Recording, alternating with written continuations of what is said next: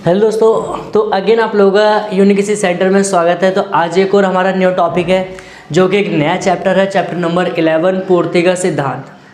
तो ये जो चैप्टर है बहुत इंटरेस्टिंग है और इस चैप्टर के बारे में सबसे पहले तो मैं थोड़ा सा इंट्रोडक्शन देना चाहता हूँ कि ये चैप्टर पढ़ना है किस तरह से और आपका माइंडसेट क्या होना चाहिए।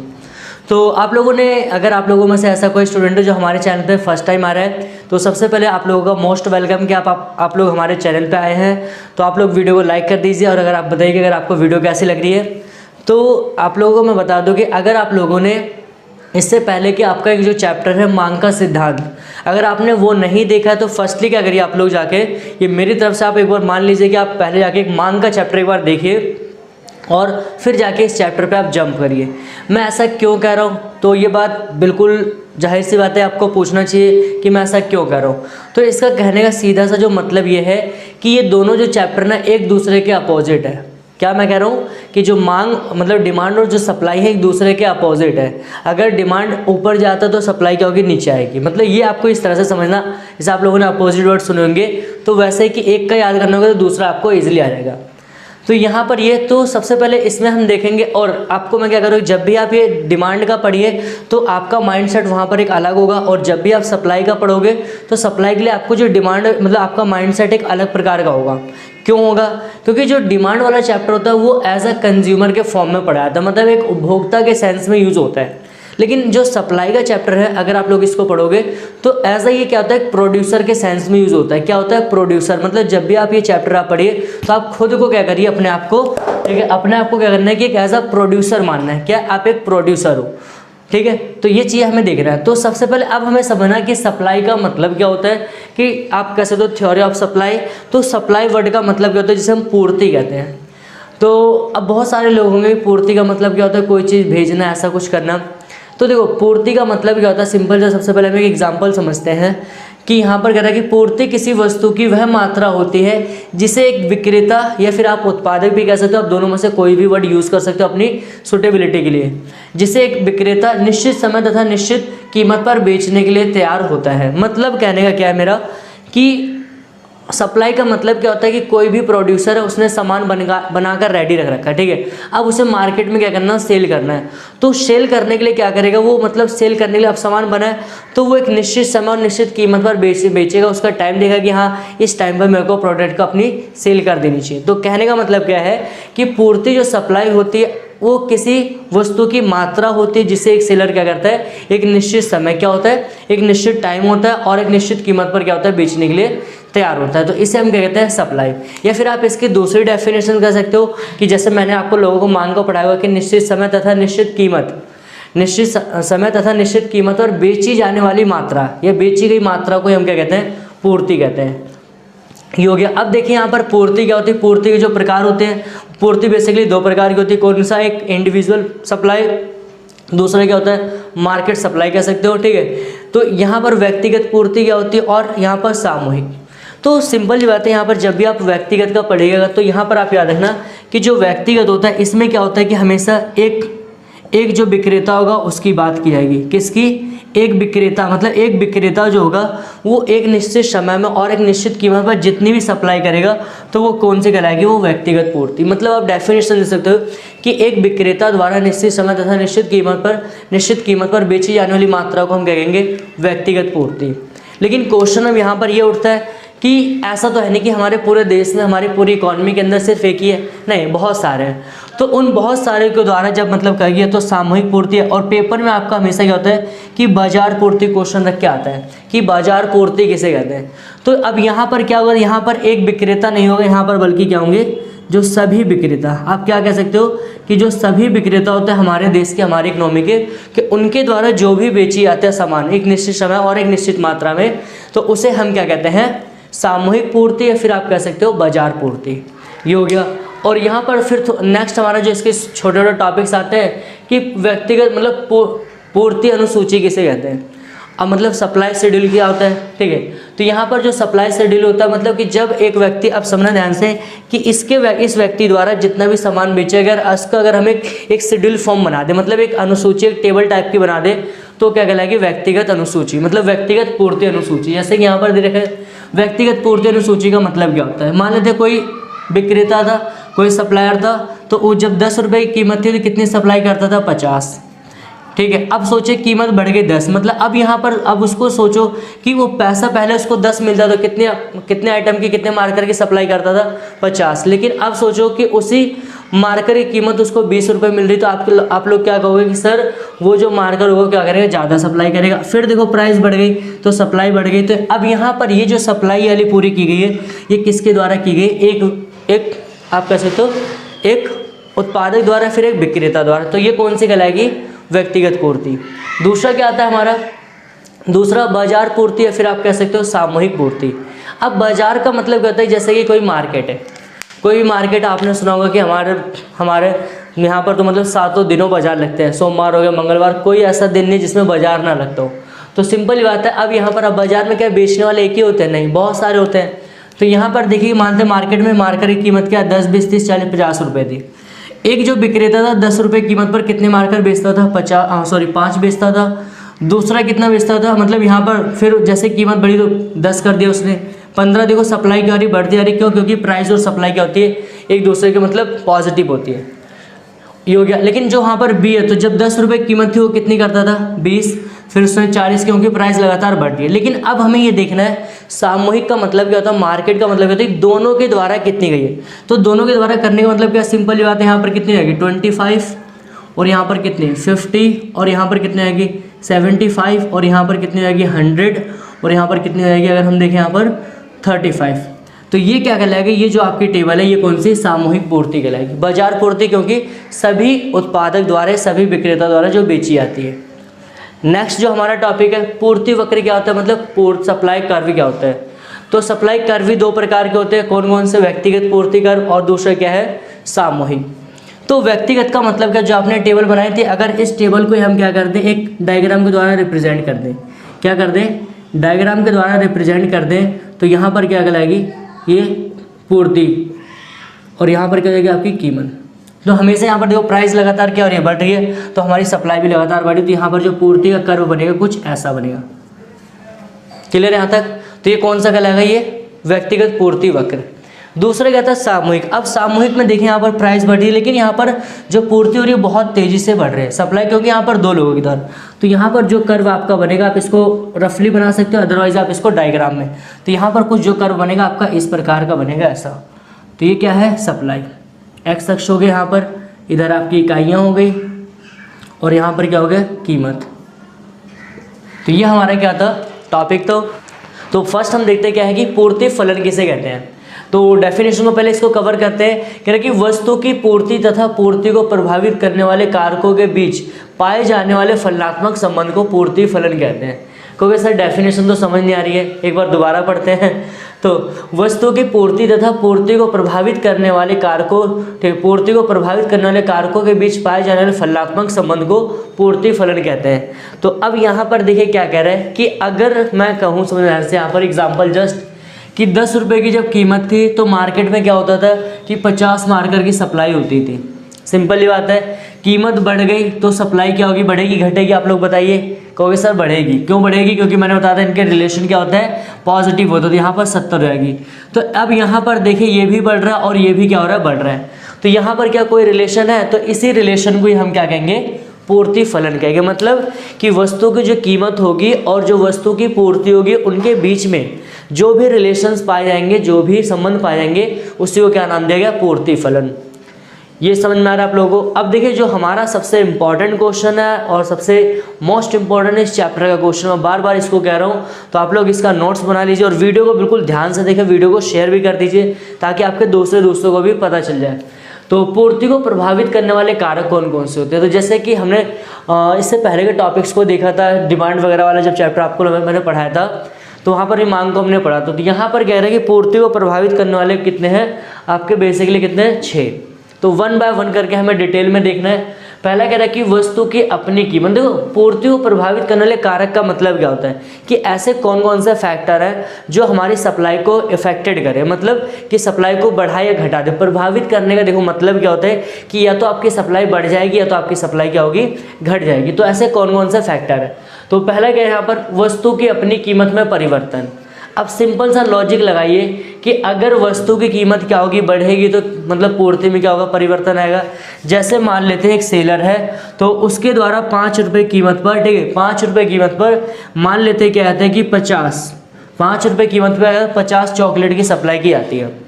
अब हुआ क्या कि मार्केट में उस जो 5 रुपये उसको मिलते थे अब उसकी कीमत क्या हो गई, 3 रुपये। तो सप्लाई बढ़ेगी घटेगी, तो आप लोग कहोगे सर सप्लाई घटेगी तो 40 हो गई। अच्छा मानते वहाँ पर 10 हो गई कीमत, अब पहले 3 थी अब क्या हो गई 10 हो गई, तो यहाँ पर सप्लाई क्या हो जाएगी, बढ़ जाएगी। तो यहाँ पर क्या करें कि जो वस्तु की कीमत होती है वो पूर्ति को प्रभावित करने वाला एक महत्वपूर्ण कारक है। क्यों है? क्योंकि जब वस्तु की कीमत में वृद्धि होगी तो वस्तु की पूर्ति ऑटोमेटिक क्या होगी, बढ़ेगी, और जब वस्तु की कीमत में कमी होगी तो वस्तु की पूर्ति क्या होगी, घटेगी। अब इससे हमें क्या समझ में आ रहा है कि जो प्राइस है और जो सप्लाई है, क्या कह रहा हूँ मैं, जो प्राइस है और जो सप्लाई है उनके बीच में कैसा संबंध होता है, उनके बीच में धनात्मक संबंध होता है, मतलब आप कह सकते हो पॉजिटिव रिलेशन होता है। तो फर्स्ट पॉइंट आप लोगों को क्लियर हो रहा है। चलते हैं सेकंड पॉइंट पे, कह रहे हैं कि उद्योगों में फर्मों की संख्या। अब देखिए उद्योग का मतलब क्या होता है, या इंडस्ट्री, मतलब इंडस्ट्री किसे कहते हैं और फर्म किसे कहते हैं। कह रहे हैं कि उद्योगों में फर्मों की संख्या। तो यहाँ पर अगर हम थोड़ा सा एग्जाम्पल इसको समझें कि उद्योग का मतलब क्या होता है। देखिए तो उद्योग का मतलब जैसे कि मान लो कोई एक ऐसा जगह है, ऐसे प्लेस है तो जहाँ पर अलग अलग प्रकार की क्या है कंपनियाँ, जैसे कि लोहे की हो गई, ठीक है, प्लास्टिक की होगी, अलग अलग प्रकार की क्या है कंपनियाँ हैं, ठीक है। तो ये जो पूरा का पूरा जो ये हिस्सा ये क्या कहलाएगा, ये क्या कहलाएगा आपका उद्योग, मतलब इसे हम इंडस्ट्री कहेंगे। लेकिन ये जो सिंगल जो यूनिट है यहाँ पर ये सारी क्या कहलाएंगी, फर्में, क्या कहलाएंगी, फर्में। अब आप लॉजिक लगाइए थोड़ा कि अगर एक इंडस्ट्री मान लेते हैं पूरा एक एरिया, तो अगर वहाँ से मानते हैं कि हम यहाँ से कुछ की संख्या कम, अगर कम संख्या रहेगी तो प्रोडक्शन क्या होगा, कम होगा। अगर इनकी संख्या ज़्यादा होगी, मतलब जो फर्में होंगी इंडस्ट्री में अगर ज़्यादा होंगी तो प्रोडक्शन भी क्या होगा, हमारा बढ़ेगा। तो यहाँ पर क्या हो रहा है कि दूसरा कारक क्या है कि जो उद्योगों में फर्मों की संख्या भी वस्तु को पूर्ति का प्रभावित करता है। कैसे? अगर उनकी संख्या बहुत ज़्यादा होती है तो उत्पादन क्या होगा, बढ़ेगा, और उत्पादन बढ़ेगा तो सप्लाई ऑटोमेटिक क्या होगी, बढ़ेगी। दूसरा कह रहे हैं सेकंड क्या कि अगर वस्तु उनकी संख्या कम होगी तो सिंपल ही बात है कि वहाँ पर प्रोडक्शन कम होगा, फिर सप्लाई क्या होगी, कम होगी। चलते हैं थर्ड पॉइंट पे, क्या है, उत्पादक के कारकों की कीमत, मतलब फैक्टर, मतलब आप कह सकते हो प्रोडक्शन फैक्टर कॉस्ट जो होती है वो कैसे प्रभावित करती है उत्पादन के कारकों की कीमत। मतलब मैंने आपको बता रखा है कि प्रोडक्शन करने के लिए हमें किन किन चीज़ों की ज़रूरत होती है।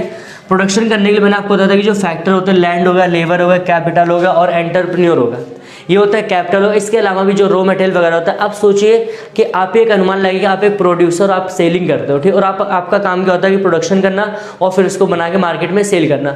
तो जिस चीज़ से आप प्रोडक्शन कर रहे हो, मतलब अब जैसे कि मैं आप लोगों को यहाँ पर मार्कर से पढ़ा रहा हूँ, तो अब सोचो अगर मार्कर मेरे को अभी 30 रुपये मिलता है, आगे केस क्या होता है कि अगर इसके मुझे 40 रुपये मिलेगा, ठीक है, तो मैं क्या आगे और सप्लाई करना चाहूँगा, मतलब आगे लेना चाहूँगा तो नहीं। मतलब यहाँ पर कहने का मतलब क्या है कि अगर जो मतलब जो फैक्टर ऑफ प्रोडक्शन होते हैं, मतलब जिन चीज़ से हम प्रोडक्शन करते हैं, अगर उनकी कीमत ज़्यादा होगी, ठीक है, तो हमारे प्रोडक्शन की जो लागत होगी क्या होगी, मतलब जो प्रोडक्शन पूरा होगा उसकी कॉस्ट क्या होगी, बढ़ेगी, और जिससे हमारी सप्लाई क्या होगी, घटेगी। इसके अलावा क्या होता है कि अगर सोचिए कि वही लैंड, लेबर, कैपिटल जो होते हैं अगर वो आपको सस्ते में मिल जाए तो आपकी जो प्रोडक्शन कॉस्ट आएगी, जो एक्सपेक्टेशन की जाएगी वो क्या होगी, बहुत लो होगी।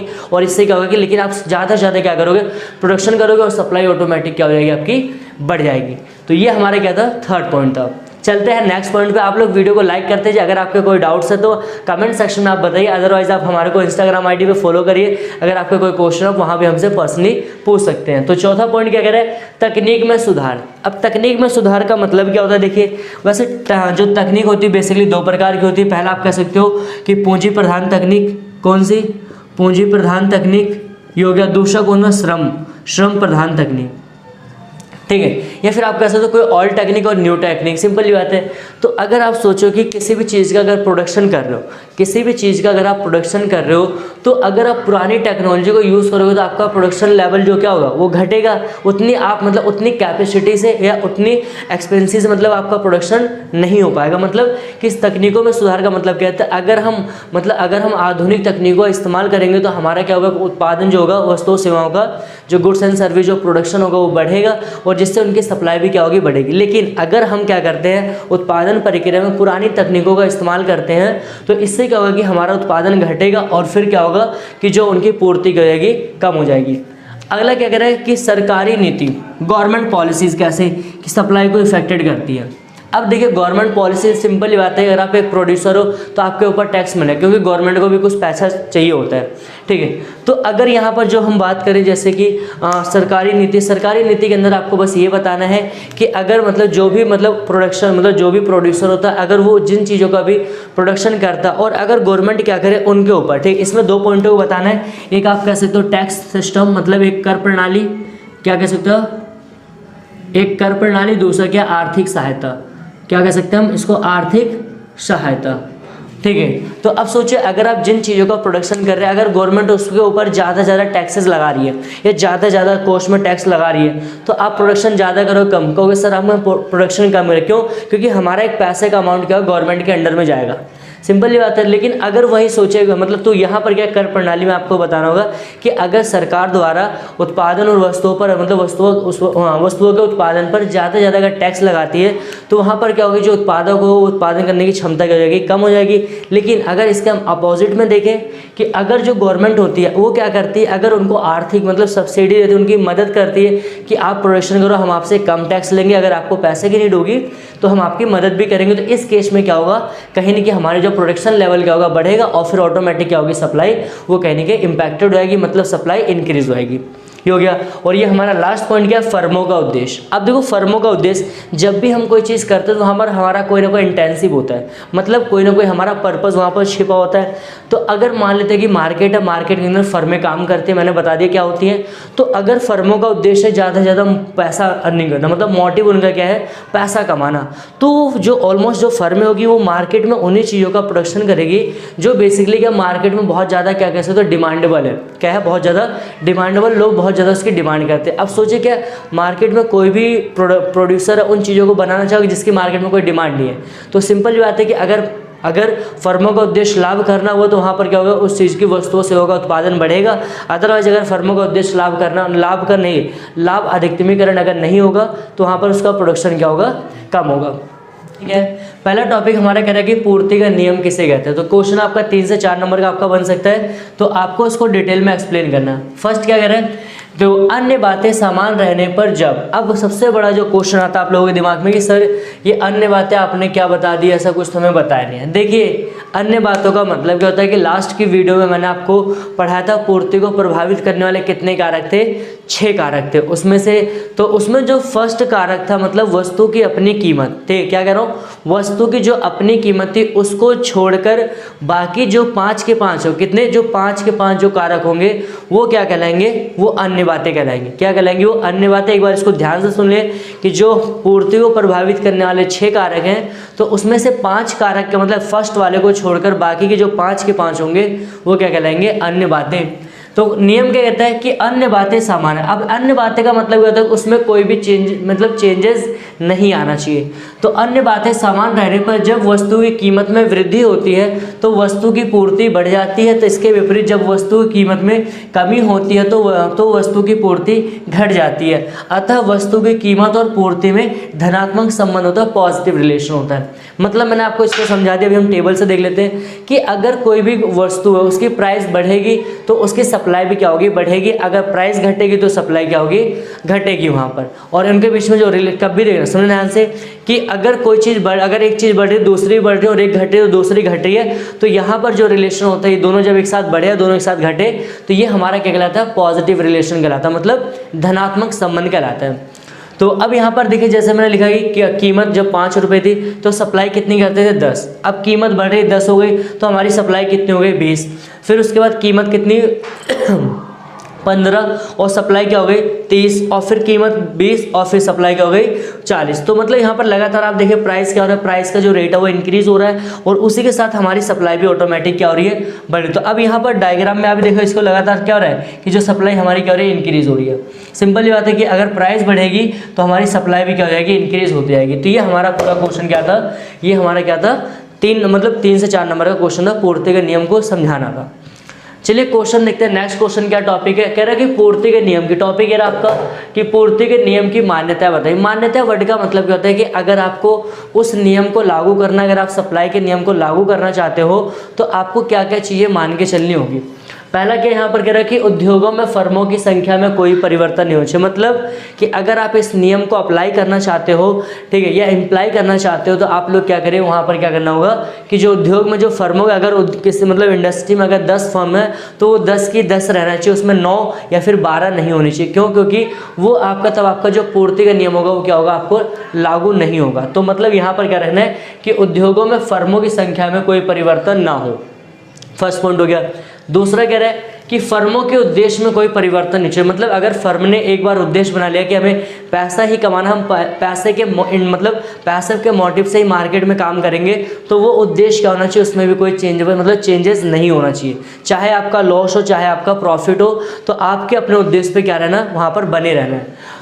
तीसरा पॉइंट कह रहा है सरकारी नीति में कोई परिवर्तन ना हो। सरकारी नीति में कोई परिवर्तन मतलब कि जो गवर्नमेंट की पॉलिसी, अगर गवर्नमेंट टैक्स लगा रही है तो टैक्स लगना चाहिए। अगर गवर्नमेंट मतलब सब्सिडी दे रही है, मतलब अगर आर्थिक सहायता दे रही है तो आर्थिक सहायता दे रही है, उसमें कोई भी चेंजेबल नहीं होना चाहिए। अदरवाइज ऐसा हुआ तो पूर्ति का नियम क्या होगा, लागू नहीं होगा। और फिर कह रहा है कि उत्पादन के कारकों की कीमत में परिवर्तन ना हो। मतलब कि जो फैक्टर ऑफ प्रोडक्शन क्या क्या होते हैं, लैंड, लेबर, कैपिटल और एंटरप्रेन्योर। क्या, दोबारा एक बार बोलिए, लैंड, लेबर, कैपिटल और एंटरप्रेन्योर। ये क्या होते हैं, 4 फैक्टर ऑफ प्रोडक्शन होते हैं, आप मीन्स ऑफ प्रोडक्शन भी कह सकते हो। तो इनमें क्या, इनकी जो प्राइस में कोई भी चेंज नहीं आना चाहिए। अगर इनकी प्राइस फिक्स है तो इनकी प्राइस हमेशा वही लेनी है, उसको चेंज नहीं करना है, नहीं तो आपका क्या होगा, पूर्ति का नियम लागू नहीं होगा। और लास्ट हमारा जो पॉइंट है, बहुत इंपॉर्टेंट पॉइंट है, कह रहा तकनीक में परिवर्तन नहीं आना, तकनीकी में परिवर्तन नहीं आना चाहिए। मतलब कि अगर आप जो भी प्रोडक्शन, जितने भी मतलब जिस भी गुड्स एंड सर्विस का प्रोडक्शन कर रहे हो, तो कोशिश करिए कि जो आपके पास टेक्नोलॉजी, चाहे ओल्ड टेक्निक हो चाहे पुरानी, मतलब चाहे ओल्ड चाहे आपकी न्यू टेक्नोलॉजी हो, ठीक है, मॉडर्न टेक्निक हो, तो आप करिए क्या, उसको बिल्कुल फिक्स रखना। आपको उसको चेंज नहीं कर सकते हो जब आपका पूर्ति का नियम लागू होगा। तो बेसिकली 2 टॉपिक को कवर करना है। पहला क्या है, पूर्ति वक्र पर संचलन क्या होता है, ये हमें देखना है। और फिर सेकंड हमें देखना पूर्ति वक्र में खिसकाव। तो फर्स्टली एक एक टॉपिक को कवर कर लेते हैं। पूर्ति वक्र पर संचलन का मतलब क्या होता है। देखो, संचलन का मतलब होता है गति। क्या, संचलन का मतलब क्या होता है, मूवमेंट करना, गति करना। गति का मतलब क्या होता है कि जैसे कि मैं आप लोगों को पढ़ा रहा हूँ, मैं इधर से इधर जा रहा हूँ और फिर मैं इधर से इधर जा रहा हूँ, तो मैं यहाँ पर क्या हो रहा हूँ, मैं मतलब गति कर रहा हूँ, ठीक है। तो ये क्या कहलाएगा, गति। तो अब देखिए, पूर्ति जो संचलन होता है बेसिकली क्या होता है, 2 प्रकार का होता है। कैसा होता है, एक संकुचन और एक क्या होता है, विस्तार। संकुचन का मतलब क्या होता है कि सिकुड़ जाना, क्या होना, बिल्कुल कम हो जाना। और विस्तार का मतलब क्या होता है, फैल जाना। तो यहाँ पर हमें समझना ध्यान से कि क्वेश्चन आपका 4 नंबर का दोनों के बीच में डिफरेंस करा देगा। कभी कभी होता है कि पूर्ति वक्र पर संचलन और पूर्ति वक्र में खिसकाव दोनों एक साथ पूछता है, या फिर कभी कभी होता है संकुचन और कमी और विस्तार और वृद्धि में पूछेगा। तो ध्यान से समझना, हर एक टॉपिक को बिल्कुल मैंने इजी में बिल्कुल लिख रखा है। आप लोगों को बिल्कुल भी डाउट नहीं होगा कि आपका बिल्कुल समझ नहीं आया, बिल्कुल मैं इजी तरीके से समझाऊंगा। तो पहले मैं समझना संकुचन। संकुचन का मतलब कम होना। अब आप लोगों ने पूर्ति का नियम पढ़ा, पूर्ति के कारक वगैरह पढ़े, तो आप सोचे कि हमारी सप्लाई कम कब होगी, मतलब सप्लाई कम होगी। तो सिंपल ही बात कहोगी सर कि जब वस्तु की प्राइस क्या हो जाए, घट जाए, तो सप्लाई ऑटोमेटिक क्या होगी, घट जाएगी।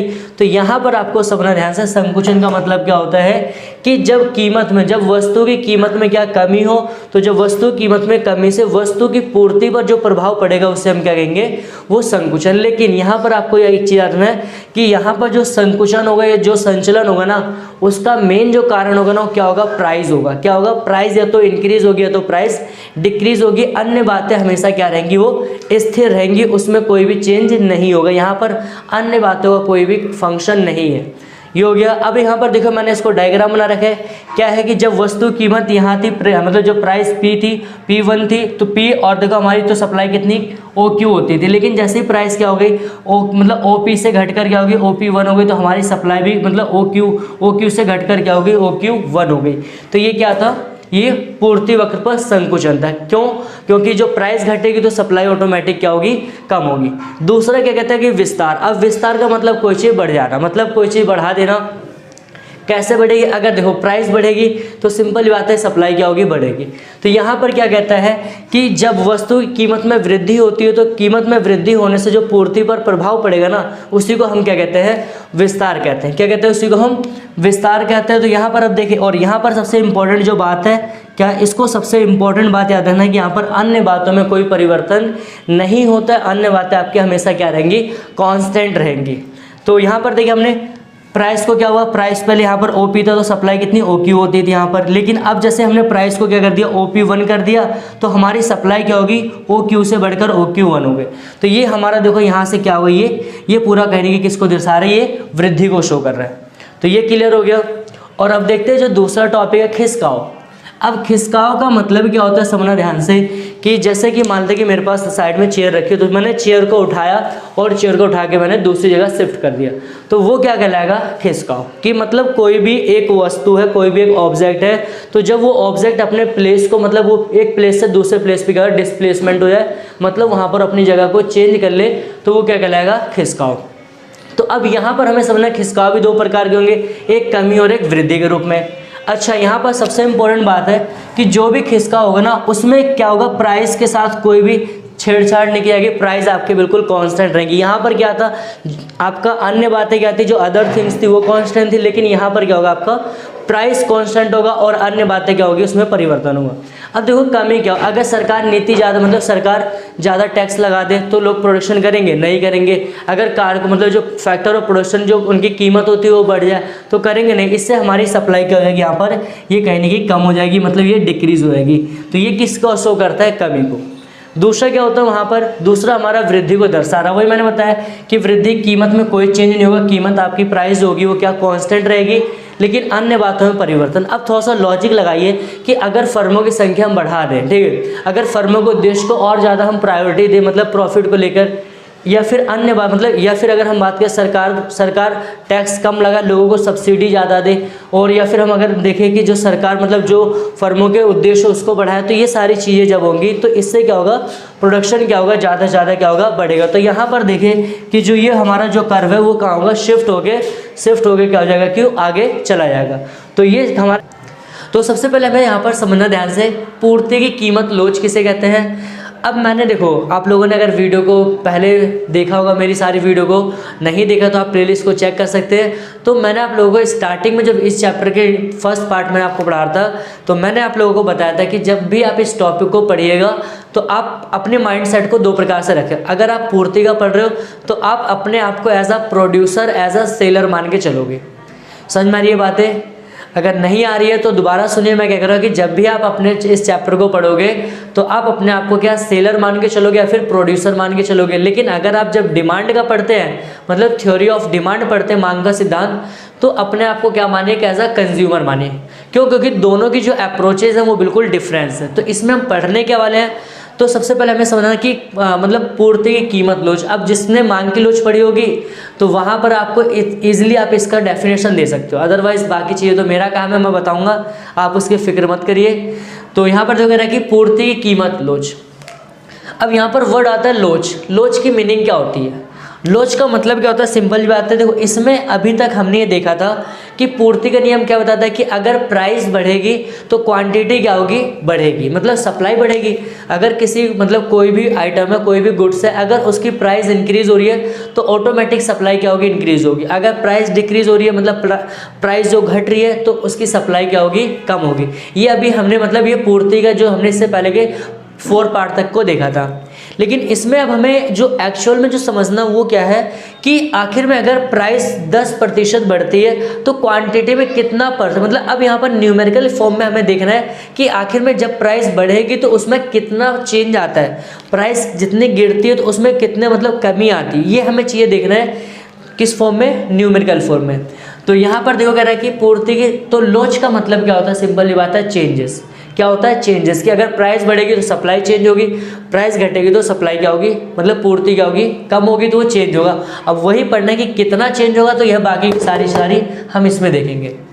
डेफिनेशन क्या कह रहा है कि वस्तु की कीमत में परिवर्तन से, कह रहा है मतलब वस्तु की कीमत में परिवर्तन से वस्तु की पूर्ति पर, क्या अगर वस्तु की पूर्ति पर पड़ने वाले प्रभाव को पूर्ति की लोच कहते हैं, या फिर आप पूर्ति की कीमत लोच कहते हो। सिंपल ये बात है। या फिर आप क्या कह सकते हो, फॉर्मूले के देख के डेफिनेशन बना सकते हो। कैसे? कि मात्रा में प्रतिशत परिवर्तन और कीमत में प्रतिशत परिवर्तन का जो रेशियो होता है, जो उनका अनुपात होता है, उसी को हम क्या कहते हैं, पूर्ति की लोच या पूर्ति की कीमत लोच। ये तो हमारी डेफिनेशन थी। अब फाइनली करना है कि हमें, उसमें मैंने आप लोगों को पढ़ाया था मांग वाले में कि पूर्ति की लोच ज्ञात करने का आपके पास 2 मेथड है। कौन कौन से मेथड, एक फॉर्मूला आपका सिंपल से क्या है कि ES मतलब पूर्ति की कीमत लोच कह सकते हो, या फिर पूर्ति लोच कह सकते, पूर्ति की लोच कैसे निकालेंगे, मात्रा में प्रतिशत परिवर्तन, दूसरा क्या है कीमत में प्रतिशत परिवर्तन, ये हो गया। अब देखो वैसे ये तो फॉर्मूला था कि जब भी आप डेफिनेशन डालोगे तो उसके नीचे फॉर्मूला डाल देना। अब आता है पूर्ति की लोच की विधियाँ क्या है। तो विधियाँ बेसिकली दो विधियाँ और दोनों ही एक दूसरे से कनेक्टेड है कि फर्स्ट जो सेकंड है वो फर्स्ट से आई है और फर्स्ट सेकंड से आई है। तो यहाँ पर देखो पूर्ति की आपको क्या निकालना है, पूर्ति की लोच। तो अब कैसे इसको निकालना है, पहला हमारे पास फॉर्मूला कौन सा, पहला हमारा परसेंटेज वाला है। तो अगर आपका क्वेश्चन क्या होता है कि ऐसा कुछ कि एक परसेंटेज दिया होता है और वहाँ पर आपको पूर्ति की लोच दी होती है, आप तीसरा आपको P% पूछा तो आप फॉर्मूला निकाल सकते हो। लेकिन कभी कभी क्या होगा कि थोड़ा सा चेंज होगा कि आपको Q% निकालना। तो Q% हम कैसे निकालेंगे, डेल्टा Q अपॉन में Q इंटू में 100। तो इससे हम इसको जब सॉल्व करेंगे तो हमारा क्या निकल जाएगा Q%। दूसरा क्या P% कैसे, डेल्टा P अपॉन में P इंटू में 100। अगर इसको सॉल्व करेंगे तो हमारा क्या निकल जाएगा P%। तो अब हम दोनों को क्या रख देंगे, फॉर्मूले पे पुटअप कर देंगे तो हमारा आंसर क्या हो जाएगा, बिल्कुल आ जाएगा। दूसरा क्या कहता है, दूसरा जो हमारा तरीका होता है निकालने का वो क्या है, ES इक्वल टू क्या, डेल्टा Q अपॉन में डेल्टा P और इंटू में क्या होगा P और इंटू में Q, ये हो गया। अब डेल्टा P का मतलब देखो क्या है, डेल्टा P कैसे निकालते हैं, डेल्टा P निकालने का P1 माइनस में P2 और डेल्टा Q निकालने क्या होता है Q1 माइनस में Q2। तो ये अभी तक, तो यहाँ पर देखिए स्पेशली मैंने 3 क्वेश्चन लिखे आपको जो 3 मार्क्स के पूछाते हैं, कुछ इस प्रकार के होंगे। तो उनको 1 बाय 1 करके हम सॉल्व करते हैं और फिर एक हमें डायग्राम वाला टॉपिक पढ़ना और फिर फाइनली क्या होगा कि जो हमारा ये चैप्टर क्या होगा पूरी तरह से फिनिश होगा और फिर हम सेम एनर्जी के साथ एक नए चैप्टर की शुरुआत करेंगे, वो चैप्टर नंबर 12 होगा। तो चलिए न्यूमेरिकल करते हैं। तो न्यूमेरिकल में यहाँ पर एक क्वेश्चन दे रखा है, क्या है कि आपका P% दे रखा है कितना है, कह रहे हैं कि जब प्राइस क्या होती है 5% बढ़ती है, क्या कह रहा है कि जब प्राइस क्या होती है 5% बढ़ती है तो जो वस्तु की पूर्ति होती है मतलब जो क्वांटिटी सप्लाई होती है वो क्या होती है 10% बढ़ जाती है। तो अब कह रहा है कि इस केस में बताइए कि ES कितना, मतलब मांग की लोच कितने, मतलब चेंज कितना आया है, कितने प्रतिशत चेंज आया आपको वो निकालना है। तो सिंपल बात है, दोनों परसेंटेज दे रखा था और करना क्या आपको, फॉर्मूले पे जो परसेंटेज का फॉर्मूला उसके ऊपर पुट कर दो तो हो जाएगा। तो फॉर्मूला क्या होता है आपको मैंने आप लोगों को लिखा रखा होगा, ES इक्वल टू क्या होता है Q% अपॉन में P%। अब देखिए Q% की वैल्यू कितनी है 10 और P% कितना है, ये कितना हो गया आपका 2। मतलब अगर हम बात करें यहाँ पर कि जो ES की वैल्यू आ रही है 2, मतलब कि अगर प्राइस क्या होता है कि 5% बढ़ता है, इसका मीनिंग क्या हुआ, इसका मतलब क्या हुआ कि अगर कोई भी गुड्स है उसकी प्राइस 5% बढ़ती है और क्वांटिटी फिर 10% की सप्लाई बढ़ जाती है, तो मतलब कि जो चेंज आया ना वो 2, मतलब कितना हुआ 2% का आया है कि 2% वहाँ पर क्या हुआ चेंज हुआ है, ये हो गया। तो ये हमारा क्या था, बिल्कुल सिंपल सा क्वेश्चन था, आप इसको नोट डाउन भी कर सकते हैं, अदरवाइज आप लोग पहले क्या करिए इसको स्क्रीनशॉट ले लीजिए। चलिए हो गया आप लोगों का। तो अब हम क्वेश्चन नंबर 2 देखते हैं जो थोड़ा सा अलग प्रकार का क्वेश्चन है, जो इसी तरह से हमें करना है लेकिन एक थोड़ा सा अलग प्रकार का क्वेश्चन है। तो यहाँ पर कर लेते हैं, देखिए क्या है क्वेश्चन, क्या कहता है कि प्राइस कितनी है 10, समझ में आ रहा होगा, प्राइस कितनी है 10 है और क्वांटिटी कितनी थी 100। मतलब जब प्राइस 10 होती है तो क्वांटिटी सप्लाई कितनी होती है 100। और कह रहा है कि प्राइस इंक्रीज हो जाती है, कितनी होती है प्राइस, मतलब 10 से इंक्रीज होगी कितनी होती है 20 हो जाती है। और फिर क्या तक जब प्राइस बढ़ेगी तो सिंपल बात है सप्लाई बढ़ेगी, तो सप्लाई कितनी आती है 200 होती है। तो अब इसमें भी पूछ रहा है कि आपका EC मतलब ES ज्ञात कीजिए, मतलब मांग की लोच निकाले क्या होगा। तो सबसे पहले करना है क्या हमें, आप परसेंटेज वाला मेथड भी यूज़ कर सकते हो, कोई भी आपके हाथ में। तो सबसे पहले क्या निकाल लेते हैं यहाँ पर डेल्टा P। तो डेल्टा P का मतलब क्या होता है, देखिए हमें क्या निकालना है, डेल्टा P कैसे निकलेगा, अगर हम बात करें P2 माइनस में P1 तो कितना आएगा आपका 20 माइनस में 10, कितना आ गया आपका 10। डेल्टा P कितना हो गया 10, यहाँ तो हो गया। अब देखिए दूसरा क्या आपको निकालना है, दूसरा आपको निकालना है डेल्टा Q। सेम प्रोसेस होगी, डेल्टा Q कैसे निकालेंगे, Q2 माइनस में Q1। Q2 कितना रहेगा 200 और आपका Q1 कितना रहेगा 100, तो कितना आएगा 100, मतलब क्यों डेल्टा कितना आ गया, चेंज कितना होता है 100 का। अब आपसे क्या करें कि आपका मांग की लोच निकालो, सिंपल ही बात है, बस आप फॉर्मूले पर रखिए, वैल्यू पुट करो, क्या होता है डेल्टा Q अपॉन में डेल्टा P इंटू में Q। डेल्टा P की वैल्यू हमने, डेल्टा Q कितना निकाला 100 और डेल्टा P कितना हमारा, डेल्टा P हमने निकाला था 10, डेल्टा P कितना निकाला था हमने 10, यहाँ हो गया। और P की वैल्यू कितनी है, देखिए P की वैल्यू कितनी है 10 और Q की वैल्यू कितनी है 100, ये हो गया। कट कर दिया, 0 से 0 कट गया, 0 से 0 कट गया, और ये आपका यहाँ से ये 0 कट गया, तो कितना बच गया आपका 1/1। तो कितना आएगा अगर आप काटोगे तो 1, मतलब कि कितना चेंज हुआ यहाँ पर 1%। कितना चेंज हुआ यहाँ पर, ES की वैल्यू कितनी आ गई 1%। इसका भी आप लोग स्क्रीनशॉट ले लीजिए, क्योंकि ये आपको देखो यहाँ पर स्पेस थोड़ा सा कम है, तो उस चीज़ का क्या होता है कि क्वेश्चन बार बार इसी पे रिपीट करवा रहा हूँ, तो आप लोग इसको स्क्रीनशॉट ले कॉपी में उतार सकते हो। चलिए हम देखते हैं क्वेश्चन थर्ड। क्वेश्चन थर्ड क्या करें, थोड़ा सा अलग प्रकार, थोड़ा सा टफ माना जाता है, तो इसको मैं रफ कर दे रहा हूँ। तो देखिए क्वेश्चन थर्ड क्या कहता है। क्वेश्चन थर्ड कह रहा है कि आपके पास क्या है, यहाँ पर प्राइस दे रखा कितनी है, प्राइस कितनी है हमारी, प्राइस 8 है। तो जब प्राइस 8 होती है तो क्वांटिटी कितनी सप्लाई होती है 20, ओके। और दूसरा फिगर है कि जब प्राइस क्या होती है 8 से बढ़कर प्राइस क्या होती है, यहाँ पर 8 से बढ़कर जो प्राइस होगी वो क्या हो गई 12 हो गई। कितने हो गए प्राइस यहाँ पर 12। तो आपसे पूछ रहा है कि जो क्वांटिटी उसकी कितनी सप्लाई होगी। तो सबसे पहले आपको नोटिस करना है कि यहाँ पर जब प्राइस बढ़ेगी तो हमारी सप्लाई भी क्या होगी, ऑटोमेटिक बढ़ेगी। तो अब और इसके अलावा क्या आपके क्या कह रखा है यहाँ पर, उसने ES दे रखा है कितना है 3। तो इसको हमें सॉल्व करना है। तो सेम प्रोसेस क्या, सबसे पहले आप क्या डेल्टा P निकाल लीजिए और डेल्टा Q निकाल लो। तो डेल्टा P निकालने का फॉर्मूला क्या होता है, P2 माइनस में P1। तो P2 कितना है 12 माइनस में 8, ये हो गया कितना हो जाएगा आपका 4, ये आ गया। डेल्टा Q निकाल लीजिए, डेल्टा Q कैसे निकलेगा, Q2 माइनस में Q1, Q2x माइनस में 20, ये हो गया। ये पूरा क्या है आपका डेल्टा Q। अब बस करना क्या है, फॉर्मूले के ऊपर पुट कर देना। तो फॉर्मूला क्या कहता है, ES इक्वल टू क्या होगा डेल्टा ES आपका डेल्टा Q अपॉन में डेल्टा P इंटू में Q। यहाँ हो गया। इसकी वैल्यू ES की वैल्यू कितनी है 3, डेल्टा कितनी वैल्यू इसकी 3, और डेल्टा Q कितना रहेगा था x माइनस में 20, और यहाँ पर कितना रहेगा ये डेल्टा P कितना रहेगा, डेल्टा P आपका दे रखा है 4, ये हो गया। P कितना रहेगा था, P आपका 8 है और Q कितना है 20, ये हो गया। इसको अगर हम सॉल्व करते हैं तो इसको टेबल को आप स्क्रीनशॉट ले लो, इसको मैं रफ कर दे रहा हूँ। तो यहाँ पर देखिए क्या है, अब इसको सॉल्व करना तो काट दो इसको, 4 दूनी 8, 4 पंजे 20, ये हो गया। और 4 से 4 एक कट गया, तो कितना बच गया आपका 3x माइनस में 20 अपॉन में कितना हो गया 5, ये हो गया। क्रॉस मल्टीप्लाई कर देंगे इसको तो कितना आएगा आपका 15, ठीक है। और यहाँ पर क्या है x माइनस में 20, ये हो गया। इसको इधर ले आइए, कितना आएगा 15 और प्लस में 20, x बराबर कितनी वैल्यू आएगी आपकी यहाँ 35। तो मतलब अब वहाँ पर आपने टेबल अगर आपने देखा होगा कि जो प्राइस थी, ठीक है, प्राइस क्या हो रही बढ़ी तो हमारी क्वांटिटी भी क्या होगी, पहले कितनी होती थी 20, लेकिन अब जब प्राइस 12 होगी तो क्वांटिटी कितनी आएगी वो आपकी 35। तो ये हमारा क्या था अभी तक न्यूमेरिकल के थे। ऐसे आप 1-2 क्वेश्चन और कर लीजिएगा, तो वहाँ पर क्या होगा कि आपको सारे के सारे टॉपिक्स आपको कवर हो जाएंगे।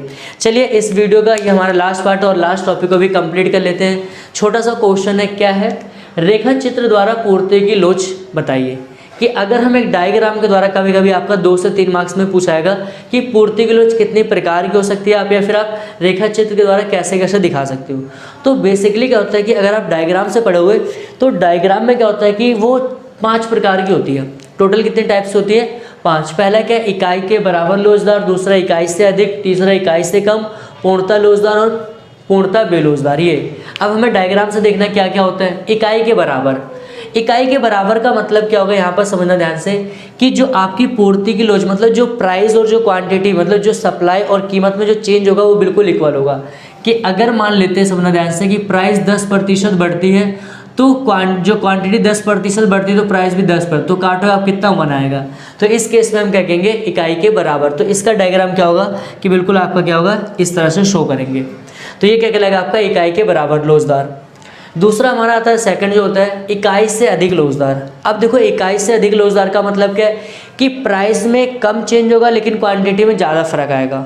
जैसे मैं कह रहा हूँ कि प्राइस में क्या होता है 5%, तो प्राइस में 5%, लेकिन जो क्वांटिटी होती है क्या होती है वो 10% बढ़ जाती है, क्योंकि प्राइस में 5% के विरुद्ध क्वांटिटी में 10, तो काटो कितना आएगा 2। तो सिंपल बात है क्या, इकाई से ये क्या है, इकाई से अधिक है, ये हो गया। तीसरा हमारा कह रहा है कि इकाई से कम लोचदार। अब इसका सेम अपोजिट कर दो कि आपकी प्राइस क्या होगी, प्राइस ज़्यादा बढ़ेगी लेकिन क्वांटिटी क्या कम होगी। तो मतलब इसको अगर आप काटोगे यहाँ पर, जैसे कि 5 मान लेते हैं यहाँ पर 10, ये हो गया। तो इसका अपोजिट कितना आएगा आपको करोगे 0.5, कितना आएगा आपको 0.5, तो ये हो जाएगा। अब इसका डायग्राम देखो हमें कैसे बनाना है। इकाई से अधिक का क्या होगा आपका, ये इकाई से, देखो इकाई से कम का लोचदार का मतलब क्या होगा आपका, कहाँ से जाएगा डायग्राम, एक्स अक्ष, कहाँ जाएगा आपका, ये एक्स अक्ष होता है हमारा, ये वाई अक्ष होता है, ये हो गया। अब देखो वहाँ पर क्या कह रहा है कि पूर्णतः लोचदार का मतलब क्या होता है। पूर्णतः लोचदार का मतलब कि ना तो क्वांटिटी में क्या करें, आपका जो प्राइस होगा उसमें कोई चेंज नहीं होगा, लेकिन सेम प्राइस पर आपकी क्वांटिटी ज़्यादा हो सकती है। मतलब कि अगर मैं इसको फॉर्मूले पे पुट करूं तो फॉर्मूले पे अगर देखिए क्या होता है हमारा है, ES equal to quantity upon में प्राइस। तो यहाँ पर कह रहा है कि जो प्राइस होगा, ठीक है, प्राइस आपका कांस्टेंट रहेगा। क्या होगा, प्राइस आपका कांस्टेंट रहेगा, लेकिन क्वांटिटी आपकी चेंज। तो इस केस में क्या कहलाएगा हमारा, ये पूर्णतः मतलब पूर्णतः लोचदार।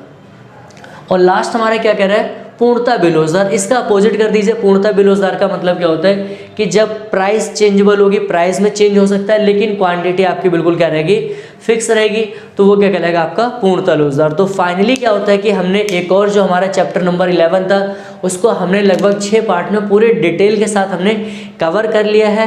तो आई होप कि आपको वीडियो अच्छी लग रही होगी। वीडियो को लाइक करिए, चैनल को ज़्यादा से ज़्यादा शेयर करिए, और वीडियो को आप ज़्यादा से ज़्यादा अपने दोस्तों के बीच में भी शेयर करिए। और अगर आपके कोई डाउट्स हो तो आप कमेंट सेक्शन में डाउट करिए, और आप लोग कमेंट करके बताइए कि आपको वीडियो कैसी लग रही है। So thanks for watching this video.